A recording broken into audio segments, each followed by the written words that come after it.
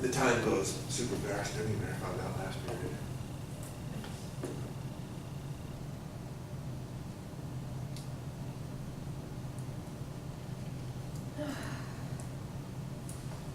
It's not entirely true. That's the version, that's the full version. I'd rather be sitting by the pool. I was thinking other jobs, I guess. Ah, okay. That's where my mind went. No, where would I rather be other than here? That list is the longest list on there.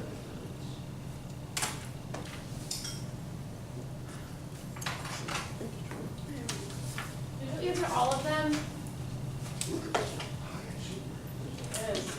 I can't even think of the title of a book that I recently read. Probably because it was so long ago since school started, Jen. I'm actually in the middle of a book right now that I haven't touched in like 3 weeks, so I don't have time. I couldn't even tell you the title of it. I could tell you what's happening, but I couldn't tell you the title of it. Other than Trainwreck last summer, I don't think I've been to a movie since Lincoln. That was a good movie. It was. You know, when I saw that, They're so expensive in the theater, and I just Yes. don't have time to use my Roku and download them and watch them at home. I'm always grading or doing something else. how do you like, Roku, how does that, You can tap into Amazon, Netflix, Hulu. I mean, it's got like 10 different platforms that you can go to. all through that? Yeah, and you put your credit card in. I got the $69 one, I think. Mm-hmm. And you just plug it into your TV. And you go through some real basic, simple programming that even I could accomplish. You can put in your credit card, and then it just fills your credit card whenever you want something. So you can watch TV shows, you can watch movies, you can watch series, you can do So whatever. you don't need to pay for a cable television, all you need to I pay don't for have is it. cable, I can't afford it, and I wouldn't pay for it. I have DSL at home, it's part of why I stay here so late, because it is pitifully slow at my house to use any internet. So I try to do all my schoolwork and grade entering and stuff here as much as I can, because of how slow it is at home and planning. You're able to get just a DSL signal, they didn't try to like bundle it with you and give you Well, a I bunch go of through other. Internet Junction, and I get DSL, it's $21 a month. And I still have a phone line, because you have to have a phone line to get DSL. And my phone is like $26 a month, but Verizon keeps going up, so now I'm up to like $32 a month, because they want you to change over to fiber optic, but that's because the NSA pays them to put fiber optics in your house, even Mhm. if you don't get cable, because that's how they monitor everybody's phone and internet. So they want everybody to have fiber optic. But if you sign up for fiber optic, you can't have DSL anymore. And they don't tell you that, but I had to find that out, so I knew not to. We'll come to your house and do this for free if you don't want cable. Mhm. And it's like, why would I need that? So then I started asking questions and found out, well, the NSA gave them a big grant so that they could do that. And I was like, well, I can't afford cable, and I don't want to become a couch potato anyway.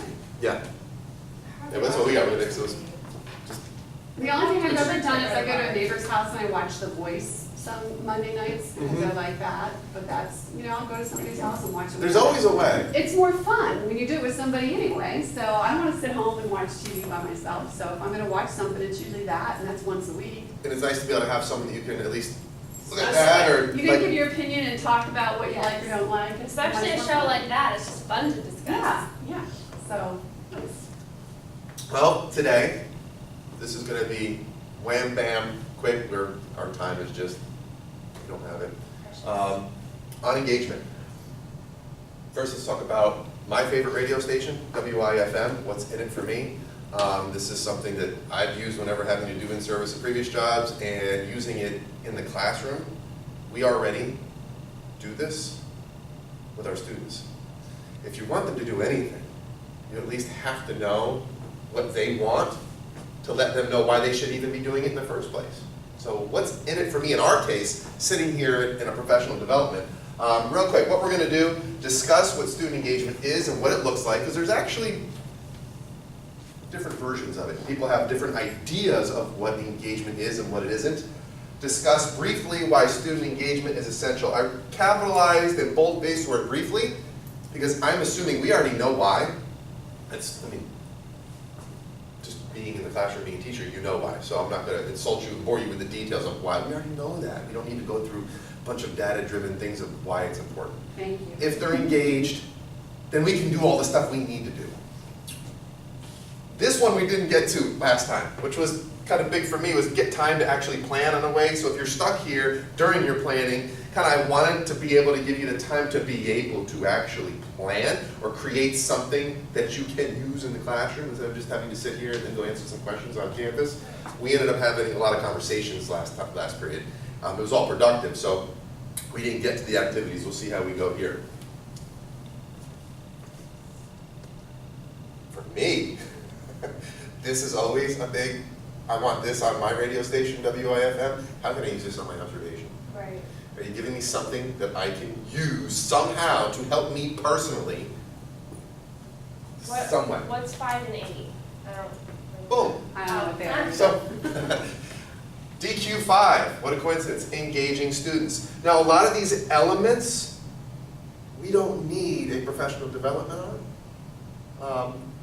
If you've been in the classroom for more than a week in your career, you already know how some of these work and how some of them don't. We know about PACE. If you've done any type of public speaking, I mean, that's just something you learned when you were stuck having to do oral reports in high school. This is where, on the Marzano framework, you can get these points in some way, shape, or form. By demonstrating them physically through your lecture or through your activity. Now I added 8 in here. Being able to engage them is a lot easier when you have some type of relationship. Absolutely. When you know something about them. So if I were to ask you right now, when did this professional development start today? Like at what point did it start? When I started the PowerPoint on slide 1 and it said engagement? Or did it start about 5 minutes prior when we were talking about Roku? It started yesterday when those questions came out to answer. You know, Pre-skill or whatever. Oh, did you already answer those? The pre-ones, not the post. for me, being here actively as the presenter of this particular professional development, part of my structure of my lesson plan wasn't the first slide. It was a survey that I'm able to now walk around and just kind of can look at it. I know more about both of you now than I did 20 minutes ago. Right. And I've worked with both of you for years. I mean, on the same team. I started with Joy, I'm with you now. So, I mean, I've worked with you guys multiple years, and now, just from a little piece of paper and taking some 5 minutes to ask some questions, I now know more about you. Now, that doesn't mean I'm trying to become your friend. It means that I know something. And simply having that conversation, boom, I could have just got points on here.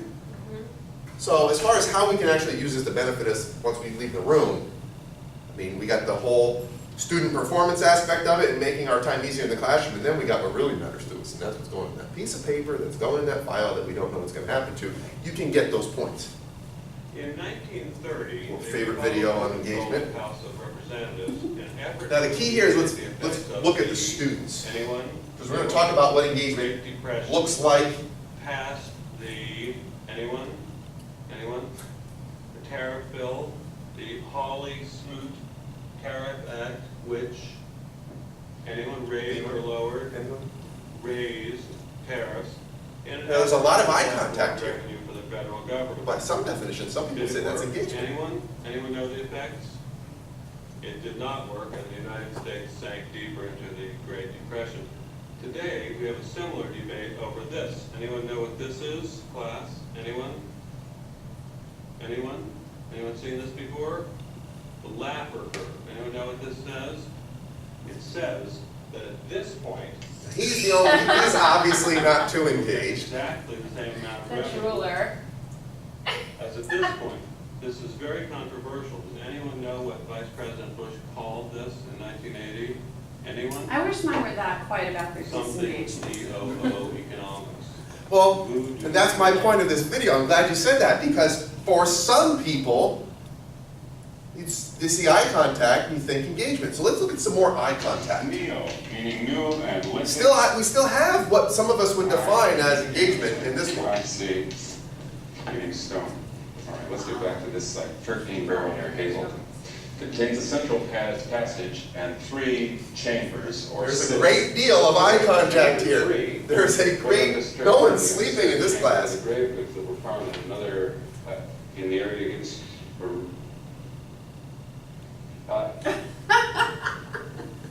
reason to date this find as we have.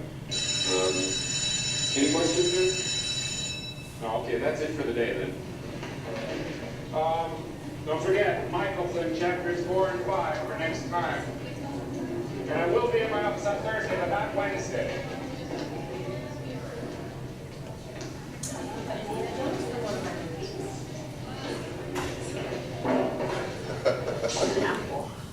So, we have 2 sets of kids, all making direct eye contact, all watching.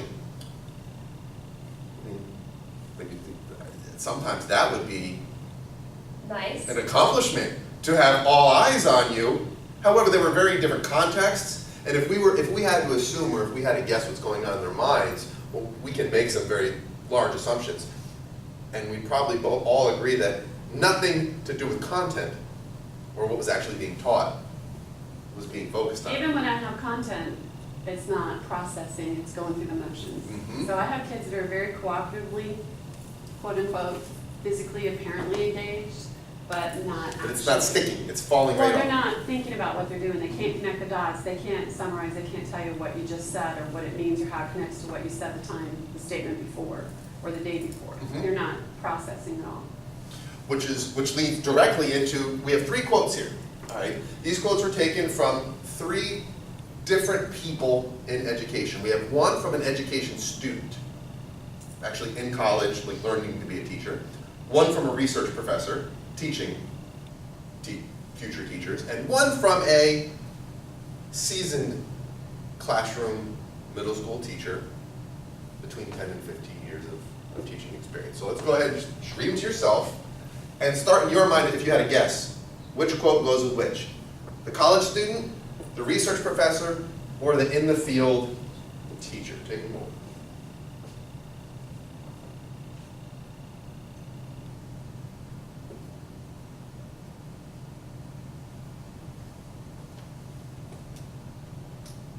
In-the-field college professor, what was the other one? We have a college student, Oh, student. a research professor, PhD, writes books type of deal, and our, what we are, regular, just in the field, actually doing it, teacher. So which ones do you think are which? I'm guessing the middle one is the college professor. The bottom one is the student. I don't know, the top 2, I'm unsure which is which. Yeah. I feel like the bottom one's the student though. This one's, and even in the last class, was very obvious. Everyone's like, oh yeah, that's the research professor. I said the first one. You said the first one? The top one is the teacher, the middle one's the research, and the bottom one's the student. Now, if I was really I'd good say with, the first or the third was the professor, or the researcher. if I was really good with PowerPoint, I'd hit a button and go zoom, zoom, and it would like highlight the ones, but I'm not, so I'll point. This is the research professor. Okay. This is the college student. This is the in-the-field I had teacher. it backwards. Oh, I thought they were all teachers and it was at which level, so. Oh, no, I'm sorry, I didn't No, that explain was it me properly. just not listening. So, college student, I believe this was a sophomore, like getting ready to start internships. Research professor, written, published, and in the field teacher. We see 3 different definitions that if we were to put a picture to it, it would probably look very differently based on what's being said. But if you combined all of them is when you kind of start to see what's happening. So we have the videos where we have eye contact, and then Joy, you brought up an excellent point where even when you have that and you're talking and they're listening, it's not sticking. Yeah, it's filling out the. They're going through motions. If you were to walk by and observe, you'd say, oh wow. When they're loud, they're collecting their data, they're writing it down. And then you give an assessment and or you ask a question about what they just wrote Where'd you 5 learn seconds from ago, doing that? and you get nothing, or you get, well, I don't know. But wait a minute, you just did this. How do you not know? Yeah, it's like going through the motions. Yep. we can see with this, I mean, it gets into a much deeper psychological identification with, belonging at school. It's more than just being here and present, because the first two videos we saw would be an example of being there and present. Oh, their attendance is there. They're looking at me, but are they engaged in the no, they have a whole different movie playing in their head as opposed to the one you're trying to show. Here's where we kind of get into caring about what's happening, because if you care about the lab, you might be able to talk about it. If you don't care about it, then you're just going through the motions. It has to be both of these. Because we just talked about, well, they're actively participating, but then when I asked them a question, I get 100 on a notebook check. Has everything in it. Well, what's the unit on? The United States? Well, yeah, 'cause it's U.S. history, thank you very much. But could you be more specific? What did you just write about? What document was that? In the middle of a whole unit on the Constitution. Well, what document are we talking about? I don't know. But they answered all the questions, and sometimes the questions are correct. But they haven't bought in, they're really not listening. To break it down to 4 quadrants with 2 categories. This is what we see. When we understand why we're seeing it, that's when we can maybe try to influence it. Now, one of these, or these 2 would apply to us as classroom teachers. In last class I had some administrators in here, so it was good because I got to point at them and say, yeah, this is you guys. There's only so much you can do in 50 minutes with a kid for however many days they decide to show up to school. Because it's not 180, and it's not always 50 minutes because they came in late and they had a million excuses as far as why they're not in the classroom. So we're kind of limited to, and we know this when we go to the meetings where they ask us to problem solve about attendance, and we're like, wait a minute, I'm trying to get a lesson plan together and get them to take notes, and you'll need to influence the student's attendance? Well, that's because things like attendance, participating in whole school activities, what causes that? An identification with school, sense of belonging, school connectedness. And that's where I was able to point the finger at administrators and go, that's your guys' job. Because you have to create a systemic school culture through activities, through working with your staff and getting them all on the same page. And then it trickles down to kids. Now this is us. This is where we can touch it. Time on, this is what we see. They're either on task or they're off task. What's their grade like? Are they doing the homework? Are they participating in class activities? Well, what motivates them to do or not do that stuff? If they don't see the value in the schoolwork, there's no point. They told us a long time ago, don't give homework if you're not going to grade it. Because if the kid doesn't get any feedback quickly, they go, why am I doing this? What's the point? But when it's graded and you're talking to them and saying da-da-da-da-da-da-da, at least they know, oh, there was some value to it because you connected it to a lesson, you connected it to a test. These are what we can influence. If you broke a class down, you got the first 4 minutes, you get the last 4 minutes, and then you got whatever your activity is in the middle. The perfectly engaged classroom is they're engaged all 3 segments of that. That's not always reality. You can't do that 5 days a week. Like, that'd be exhausting, especially if it's something new and you're working towards it. So how to do this in your classroom, how to walk out of here in 15 minutes and go back with something to think about or to try, just pick one.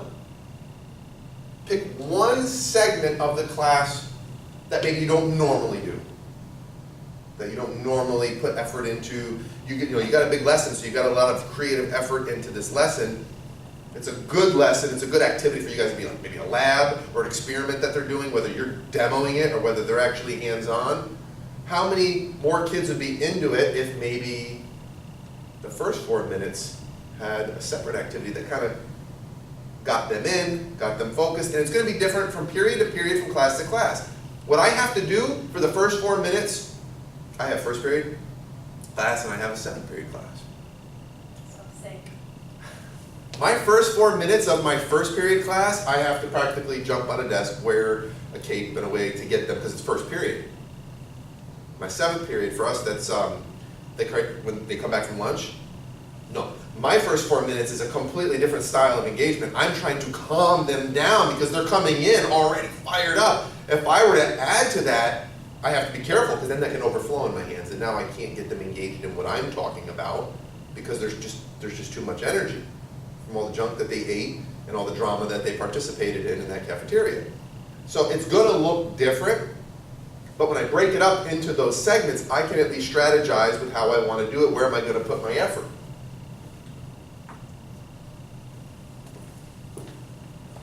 How to do that, or just an idea, a strategy to try to do something different in the classroom, because that's all it's about.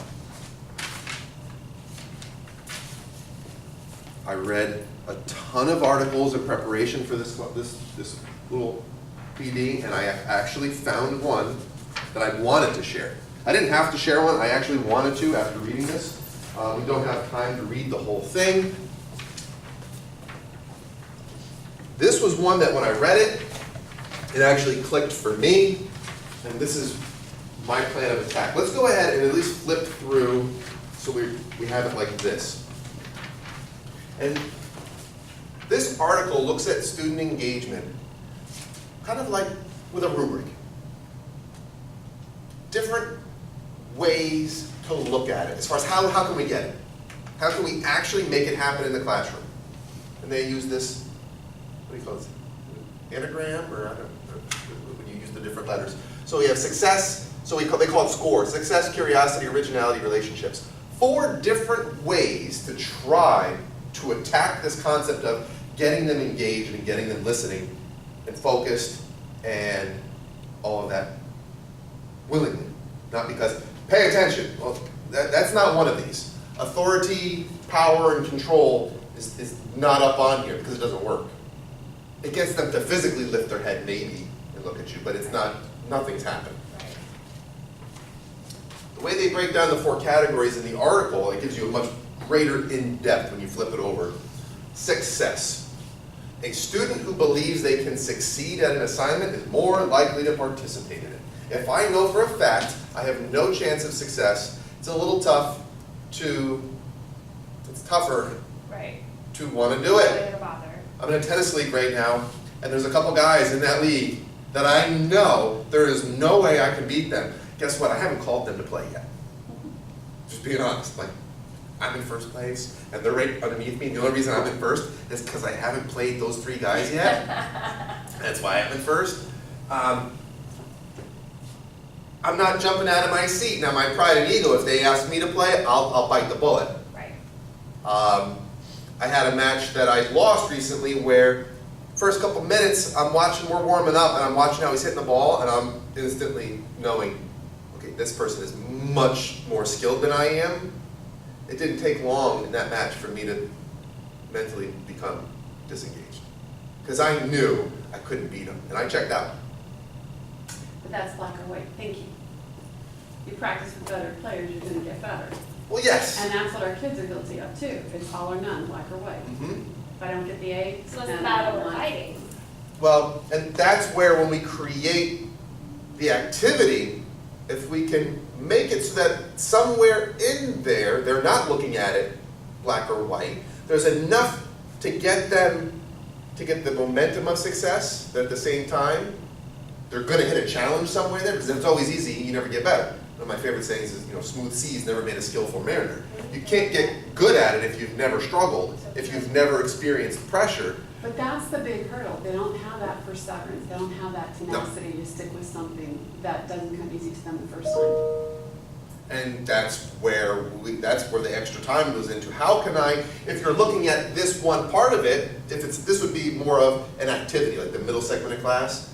How can I create an activity that challenges them, but at the same time, they feel like they can do it? Well, that isn't something that's going to happen in one class period. That's something that's going to happen through the year, especially when they build trust with you. So when you say to them, I know you can do it, just give me 10 more minutes, let's work through it. And then at the end they do, ooh, now they have a little bit more trust with you because I can. And it's not going to work on all, but if you can just get a couple, Sure. that's more than maybe the last time. Sure. This one is one of my favorites, curiosity. If you can somehow plant a seed of a question that gets in their head like, well, what, or huh? Well, you want to hear the answer. It's like you tell a joke and then you walk away before you tell the punchline. Okay, well, wait a minute, wait, finish. You can use that. It doesn't have to always be content. Now, this could be, this is like the first 5 minutes. And mine love that, but my problem is, if I don't have one for each period, they tell the answers as soon as I walk out the door to the class standing against the wall. Which So I totally have to loses have- the curiosity aspect Yeah, of so I it. have to have like, every time I'm gonna do that, I have to have 5 different ones.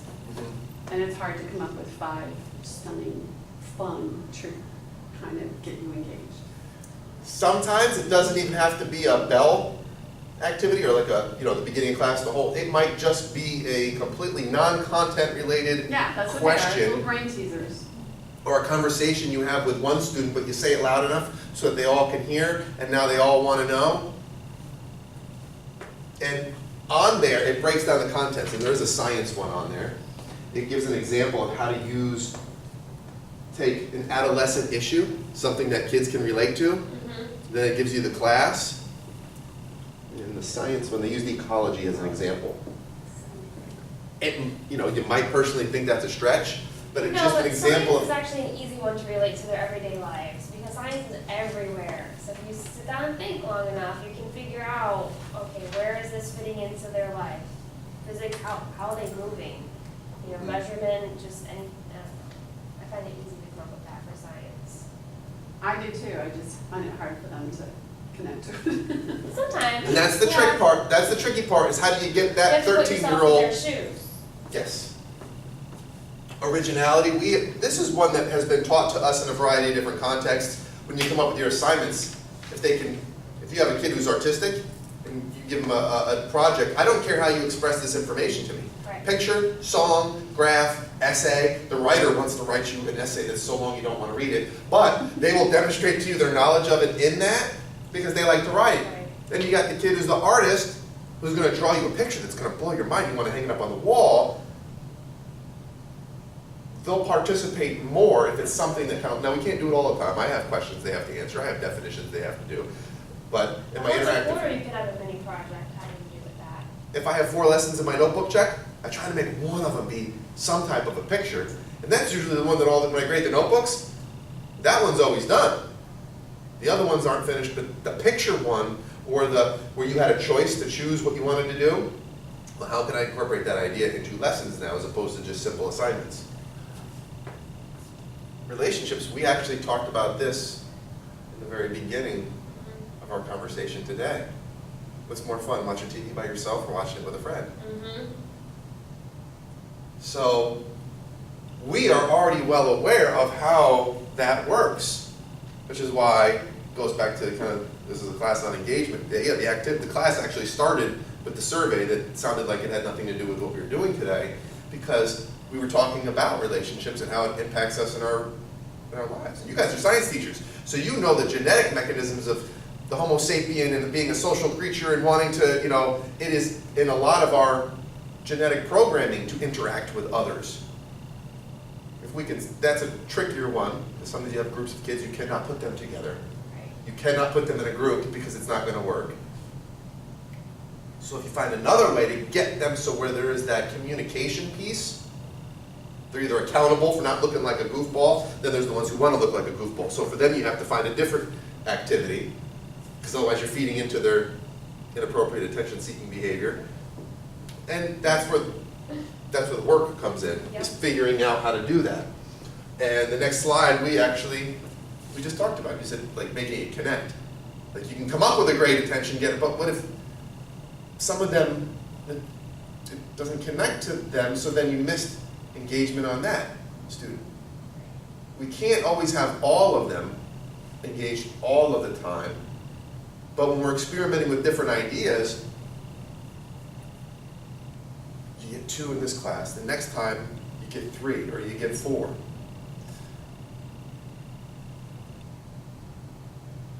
YouTube and Google are probably 2 of the best resources we have as teachers, and I'm not talking about lesson plans. You get paid to teach the students that are in front of you, not the students you had last year, not the students we had 5 years ago, not the students that we went to school with, not us. And for me personally, this when I first started, this was a real sticky point for me. This was challenging because I wanted to do and talk about and teach the way that I thought it should work, because that's what worked with me 20 years ago. Well, my students are not like my peers were 20 years ago. Right. My students now are not like the students I had 5 years ago. They're not like the students I had last year. They use different slang, they say different things, they're interested in different movies. I give that same, I just changed the question. So the questions that said, what did you like about professional development? It says, what did you like about 7th grade civics? It's this exact same survey I give my students. Same one, I just changed it for us today. Because I can flip through that and say, okay, what do I have in front of me now? And that means I have to, part of my lesson planning is researching these kids that are in front of me. Now that doesn't, very quickly people say, well, I don't get paid to be their friend. I'm not supposed to be their friend. Well, really? That has nothing to do with this. It has to do with researching your audience. I had to research my audience. I had to give you guys surveys, so I know what 2 people are sitting in front of me right now, and for me especially, I wanted to look at what didn't you like about professional developments in the past, so hopefully I don't recreate the negative experiences you had before, because then you won't be engaged. I will just be another voice throwing stuff at you with no concept of what it's like in the classroom or how to use it. So I don't want that, because I would want you to listen and to at least digest it, throw out the stuff that you know isn't going to work or that you've already tried and it doesn't, and maybe cling on to the new thing. With our students, it's not just a survey. I do this all the time. I hear their conversations or I hear them talking when they come into classroom. I might hear something I'm not familiar with or a movie that's out. I don't know what that movie is. Google it, and it might be as simple as me saying, yeah, I heard about that movie, it looks horrible. It's not me saying, oh yeah, I saw that too. How'd you like, no. I'll make stuff up, I'll lie. Hey, I saw that movie, it was absolutely horrible. What is wrong with you for liking that movie? Like, how could you possibly be entertained by that? Oh, that's not an attempt at being their friend, quite obviously, but they're just like, huh, you saw it, you know what it's about? Yes. Or, I didn't see it. Why on earth would I want to watch that movie? That looks ridiculous. You're 14 years old, you're watching cartoons? Are you serious? Anyway, meanwhile, the whole classroom just tuned in to me having a conversation with them because I just happened to mention something that they do. Right. That's it. That's all I had to do was just mention it. And they were like, huh? For me, lots of times it's the video games, because I do happen to play video games. Right. I don't talk about it in detail with them. I don't, oh yeah, I did it. No, because that would be too much of me looking like I'm trying to be there. No, I don't want to be your friend. I don't need you to like me. But just the fact that I mentioned it, I'm like, that game's horrible. I've played that. I would never play that again. You play. So anyway, and now I'm off very intentionally talking about my content, pointing at the board, and I do have all eyes on me, and there's a little bit of curiosity there from we talked about that with the other slide. They're kind of looking at it like, huh, wait, what? I have them for a moment, and it's going to be short. That moment is going to be short. But now I know I can go back to that moment 10 minutes later when I lose them all. Or, in my back of my mind, I'm figuring out, is there any way that I can attach what's on this board, what this lesson is today, to something that they just said? That's it. The rest was just videos and stuff. Nice to see you again. Thank you. The handout I gave you. Okay, I'm gonna tell. Why would I go? The handout I gave you was just kind of like a planning sheet for, if you get a moment, it's an article worth reading. And I'm saying that now that class is over. It was a cool article. I can't go through and pick all of those and come up with activities. For me personally, I'm going through and trying to find one of those that maybe I don't normally do.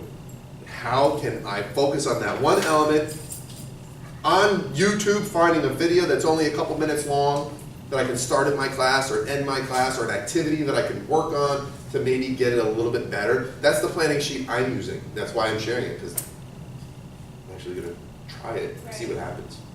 So, thanks for coming in. Have a good weekend. You too.